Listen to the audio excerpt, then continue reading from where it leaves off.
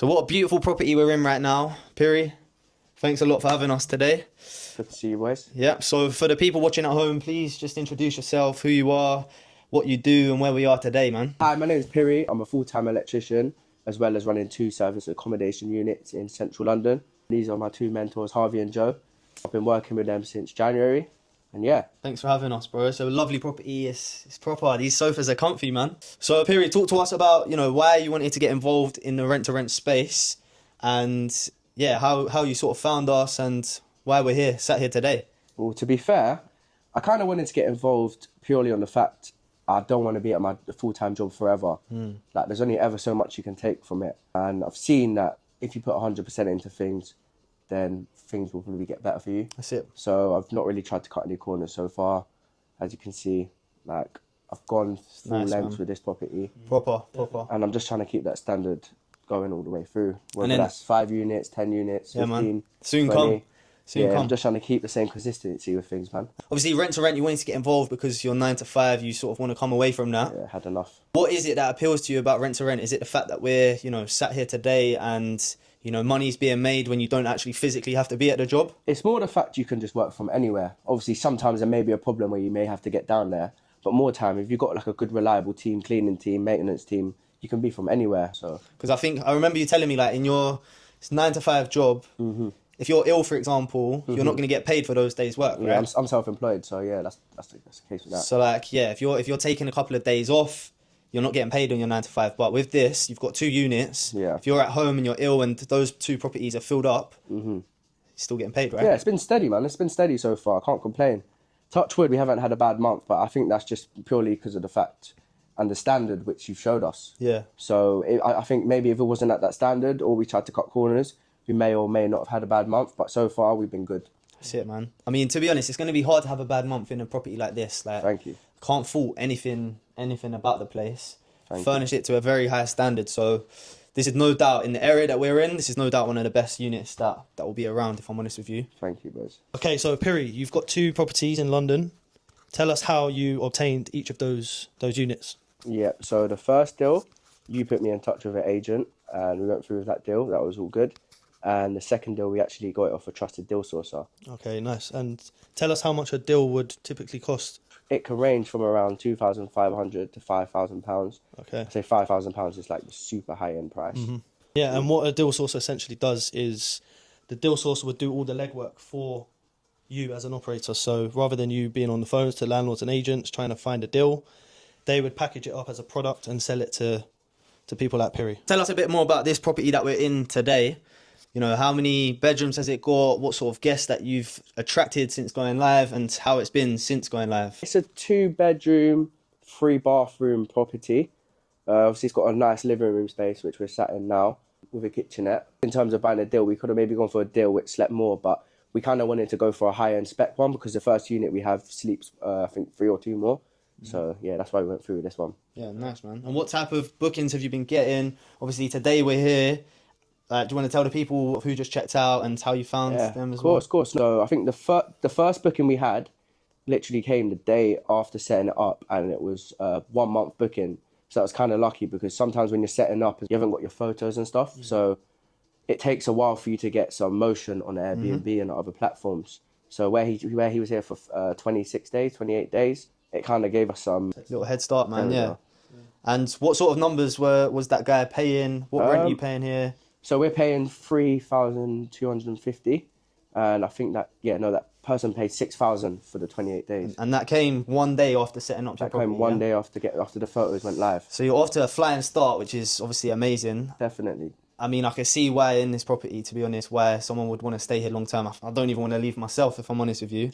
So for this deal in particular, Phiri, since we passed you onto the agent, how much has it cost you to set up? So that's including your first month's rent, deposit, furnishings, and also any works that were needed to be done. Rent was 3,250, deposit was 3,750, furnishing, because it was not furnished at all, we spent around 2,600 on furnishing.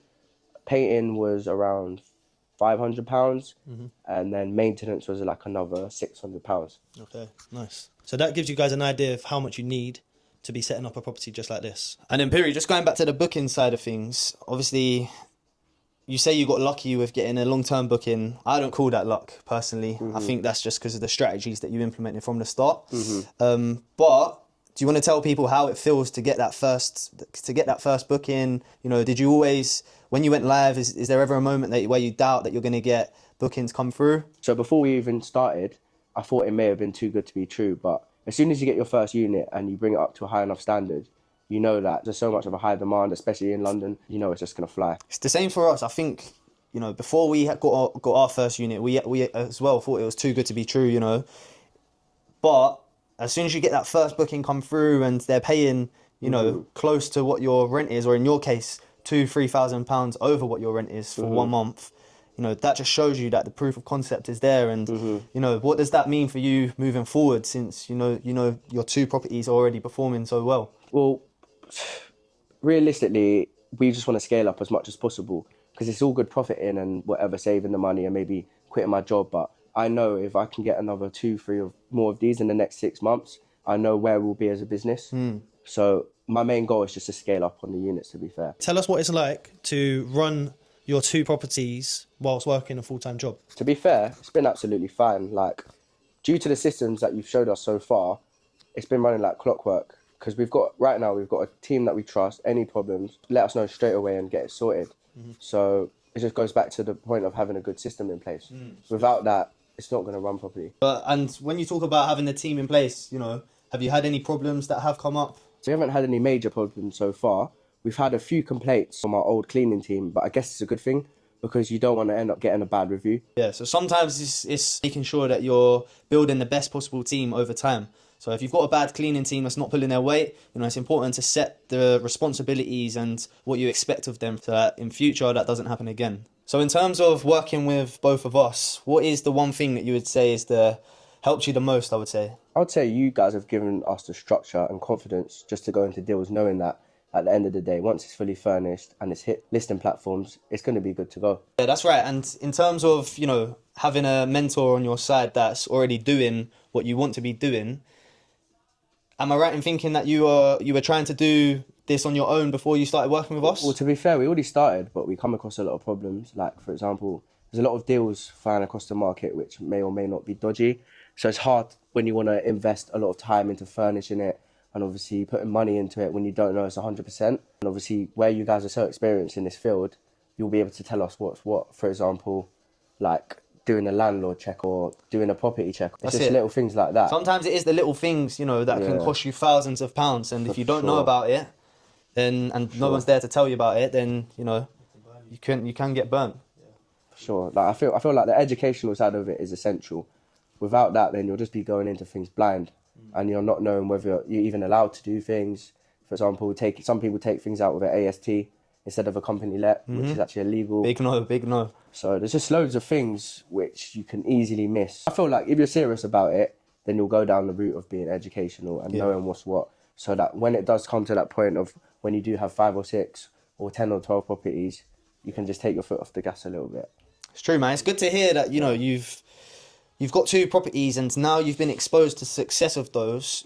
Your eyes have been open to, you know, you can build a proper business here.